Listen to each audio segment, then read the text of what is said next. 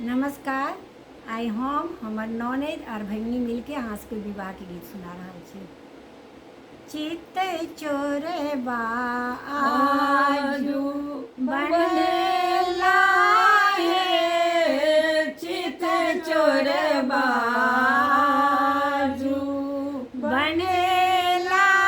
हे, रघुवर जी आजू बनेला हे, रघुवर जी आजू बनेला हे, चित चोरबा आजू बनेला हे, अवध नगर सो एला रघुबर जी,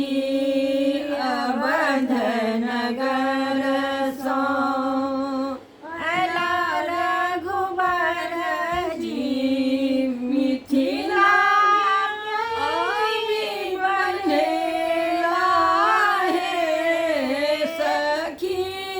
मिथिला में आई बनेला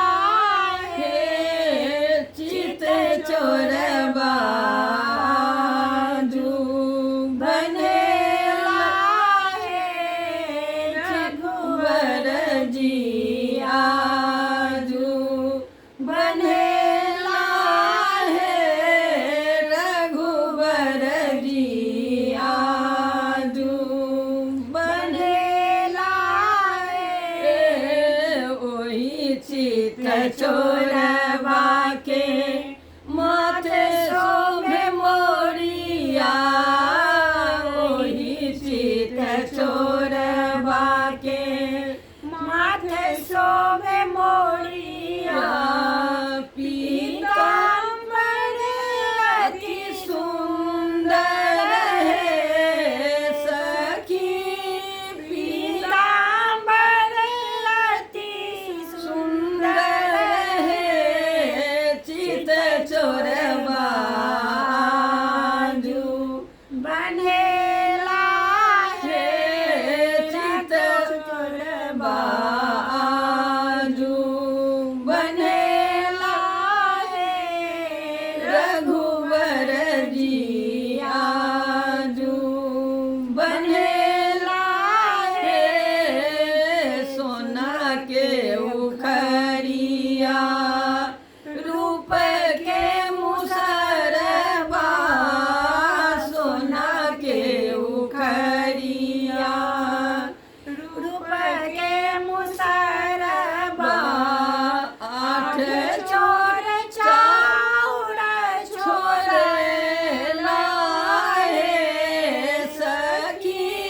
आठ चोर चाउर छोड़ेला हे, चित चोरबा आजू बनेला हे, चित चोरबा आजू बनेला हे, रघुवर जी आजू बनेला हे, रघुवर जी आजू बनेला हे, रघुवर जी आजू बनेला हे। धन्यवाद।